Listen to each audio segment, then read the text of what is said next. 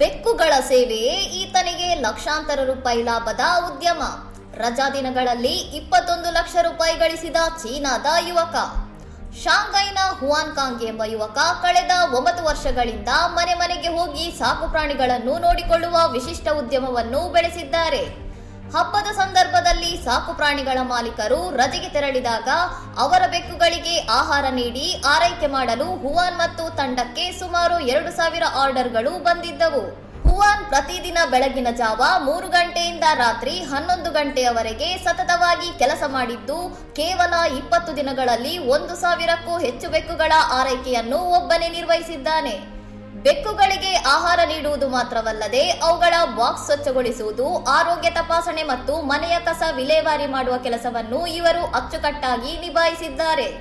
ಸಾಕು ಪ್ರಾಣಿಗಳನ್ನು ಮನೆಯ ಮಕ್ಕಳಂತೆ ಪ್ರೀತಿಸುವ ಶ್ರೀಮಂತರು ಈ ಸೇವೆಗಾಗಿ ದೊಡ್ಡ ಮೊತ್ತವನ್ನು ನೀಡುತ್ತಿದ್ದು, ಚೀನಾದಲ್ಲಿ ಇದೀಗ ಪೆಟ್ ಕೇರ್ ಒಂದು ಲಾಭದಾಯಕ ಉದ್ಯಮವಾಗಿ ಹೊರಹೊಮ್ಮಿದೆ.